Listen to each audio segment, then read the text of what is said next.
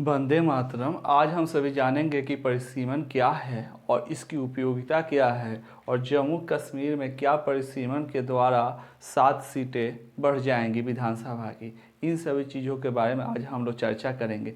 पिछले कुछ दिनों से प्रधानमंत्री नरेंद्र मोदी एवं अमित शाह जम्मू कश्मीर के नेताओं से कुछ मीटिंग किए और उसके बारे में उन्होंने वहाँ पे चुनाव होने के लिए चर्चा की है कि वहाँ पे चुनाव कैसे होगा। लेकिन उन्होंने बहुत पहले ही यानी कि 1 साल पहले ही पिछले साल उन्होंने कह दिया है कि परिसीमन होने के बाद ही जम्मू कश्मीर में विधानसभा के चुनाव होंगे। चूँकि क्या हुआ कि लद्दाख जो था पहले जम्मू कश्मीर में ही था, लेकिन वहाँ पे वो अलग होकर उसको अलग केंद्र शासित प्रदेश घोषित किया गया और जम्मू कश्मीर को जो विशेष राज्य का जो दर्जा था उसको वापस ले लिया गया, जिसके वजह से वहाँ पे विधानसभा चुनाव होना तय हुआ। और विधानसभा चुनाव होने के लिए सबसे पहले ज़रूरी है कि वहाँ पे जो सीटें हैं वो उनका निर्धारण सही तरीके से किया जाए। तो इसके लिए क्या ज़रूरी होता है? परिसीमन ज़रूरी होता है। परिसीमन मतलब होता है सीमा का निर्धारण, यानी कि परिसीमन वह कार्य करता है जो किसी क्षेत्र में जनसंख्या के आधार पर वहाँ के विधानसभा का या लोकसभा के सीटों का निर्धारण करता है। परिसीमन का उद्देश्य यही रहता है कि एक विधानसभा से दूसरे विधानसभा में अगर जनसंख्या की तुलना की जाए तो दोनों की जनसंख्या लगभग बराबर हो, लेकिन ऐसा मतलब होता ही नहीं है। लेकिन यह कोशिश होती है कि जनसंख्या के आधार पर सीटों का बंटवारा हो और वहाँ पे सीट बनाई जाए, वो लोकसभा का हो या विधानसभा। ये कार्य कौन करता है? परिसीमन करता है। तो यहाँ पे हम लोग समझेंगे कि परिसीमन क्या है। परिसीमन यानी कि सीमा का निर्धारण, यानी कि जब हम लोकसभा या विधानसभा का सीमा का निर्धारण कोई यूनिट करता है वही परिसीमन कहलाता है। संविधान के आर्टिकल 82 में कहा गया है कि हर 10 साल में जनगणना के बाद सरकार परिसीमन आयोग बना सकती है, यानी कि हर 10 साल में अगर सरकार चाहे तो जनसंख्या के बाद परिसीमन आयोग बना सकती है।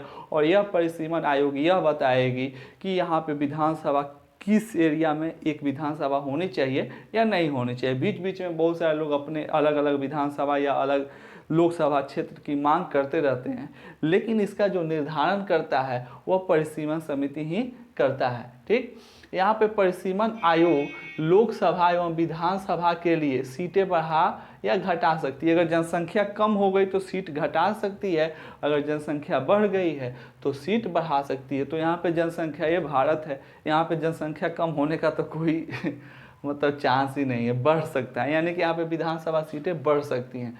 परिसीमन आयोग यह भी ध्यान रखता है कि अगर कोई अनुसूचित जाति का है, अनुसूचित जनजाति का है, तो वहाँ पे जनसंख्या जो है वह कितनी है। उस क्षेत्र में उस जाति की जनसंख्या अगर अत्यधिक होती है तो उसके अनुसार, जनसंख्या के अनुसार वो सीट को, विधानसभा सीट हो या लोकसभा सीट हो, उसको रिजर्व कर देती है, उन जाति के लिए रिजर्व कर देती है। यह काम भी कौन करती है? परिसीमन आयोग करती है।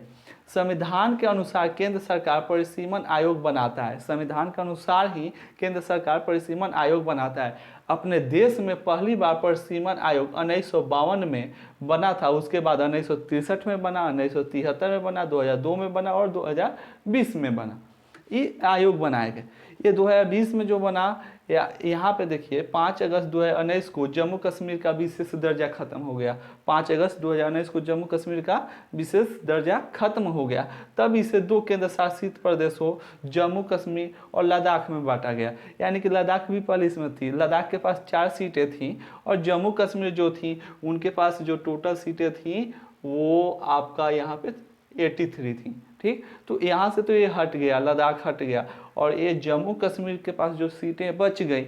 अब यहाँ पे भी क्या है कि जम्मू और कश्मीर के पास बराबर सीटें नहीं हैं, कश्मीर के पास ज़्यादा है, जम्मू के पास कम है, तो इसलिए परिसीमन जरूरी हो गया। और परिसीमन की यहाँ पे देखिए जम्मू कश्मीर में विधानसभा प्रस्तावित है, इसलिए परिसीमन जरूरी हो गया। अब जब उनका विशेष राज्य का दर्जा खत्म हो गया तो जाहिर सी बात है कि अब वहाँ पर केंद्र सरकार या चुनाव आयोग चुनाव कराएगी, और चुनाव कराए आएगी तो जाहिर सी बात है कि वहाँ पे परिसीमन जरूरी है ताकि अच्छे से सीटों का बंटवारा हो जाए। अब इसको विरोधी दल वाले लेकर खफा थे, वो नहीं चाहते थे कि यह परिसीमन आयोग गठित हो, क्योंकि अगर परिसीमन आयोग गठित होता है तो उनको ये लग रहा है कि भाजपा की वापसी हो जाएगी, क्योंकि जम्मू में परिसीमन होगा तो वो जो 7 सीटें बढ़ने वाली हैं वो जम्मू में बढ़ सकती हैं, और जम्मू में भाजपा की पकड़ मजबूत है, इसलिए वहाँ पे क्या हो सकता है कि सरकार भाजपा की बन सकती है। और मार्च 2020 में सुप्रीम कोर्ट की पूर्व जज रंजना प्रकाश देसाई के नेतृत्व में परिसीमन आयोग बनाया गया। ये जो 2020 में जम्मू कश्मीर के लिए जो परिसीमन बना वह किसके नेतृत्व में बना? तो सुप्रीम कोर्ट की पूर्व जज जो थी रंजना प्रकाश देसाई। इसमें क्या है कि ये जो परिसीमन मतलब है, इसमें जो जम्मू कश्मीर के लिए तो उसमें रंजना देसाई थी, उसके बाद सुशील चंद्रा थे और के शर्मा हैं अभी। तो ये लोग क्या कर रहे हैं कि ये सभी मिलकर ये परिसीमन का नेतृत्व कर रहे हैं। यहाँ पे हम लोग जानने की कोशिश करेंगे जम्मू कश्मीर के बारे में कि जम्मू कश्मीर में जो परिसीमन हो रहा है उससे 7 नई सीटें बन सकती हैं। टोटल 7 नई सीटें बन सकती हैं, जुड़ने वाली हैं। ठीक है, फिलहाल 83 सीटों में से जम्मू में 37 सीट हैं, जम्मू में 37 हैं, और जबकि घाटी में जो है वह 46 हैं। तो घाटी में सीटों की संख्या ज़्यादा हो रही है और जम्मू में सीटों की संख्या कम हो रही है। तो हो सकता है कि ये जो 7 सीटें हों वह जम्मू में बढ़ जाएं, और जो विपक्षी दल हैं वो इस चीज़ को नहीं चाहेंगी, क्योंकि जम्मू में भाजपा की पकड़ मजबूत है। यहाँ पे ये समझने वाली है कि जम्मू कश्मीर में जो पुनर्गठन कानून के तहत, यानी कि जम्मू कश्मीर पुनर्गठन कानून के तहत विधानसभा की जो सीटें हैं वह 83 से बढ़कर 90 हो जाएंगी, यानी कि 7 अगर बढ़ गई तो वो 90 हो जाएंगी। ठीक, यहाँ पे देखिए 24 जो सीटें हैं वो पाकिस्तान अधिकृत कश्मीर, यानी जो पाकिस्तान कब्जा वाला कश्मीर है वहाँ पे 24 सीटें हैं। अगर उनको हम मिलाते हैं तो 160 से बढ़कर 114 हो जाएंगे, यानी कि पीओके वाला अगर हम क्षेत्र लेकर अगर टोटल विधानसभा की बात करें तो वहाँ पे 114 हो जाएंगी जब ये 7 सीटें जुड़ जाएंगी। परिसीमन आयोग का कार्यकाल जो होता है वह मार्च तक हो जाएगी, क्योंकि उस समय तक उनकी कार्यकाल पूरी हो रही है। और प्रधानमंत्री पहले भी कह चुके हैं कि विधानसभा का चुनाव तभी होगा जब परिसीमन का कार्य पूरा हो जाएगा। तो यह आशा है कि मार्च तक जो है परिसीमन का कार्य पूरा कर लिया जाए और उसके बाद विधानसभा चुनाव हो जाएंगे। और 4 जो सीटें हैं वह लद्दाख में थी जो अब चली गई हैं, यानी कि वो कश्मीर में अब एड नहीं है, एक ये चली गई हैं क्योंकि यह अलग अब केंद्र शासित प्रदेश बन गया है लद्दाख। तो ये जो सारी चीज़ बातें आज हुई वह परिसीमन के बारे में हुई।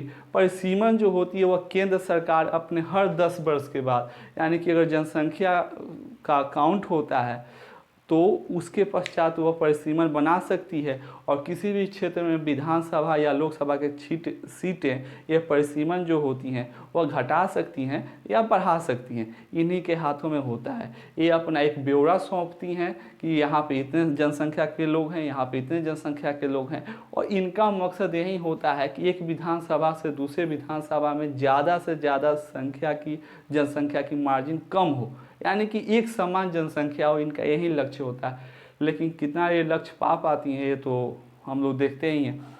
लेकिन जो भी हुआ अच्छा हुआ और होगा।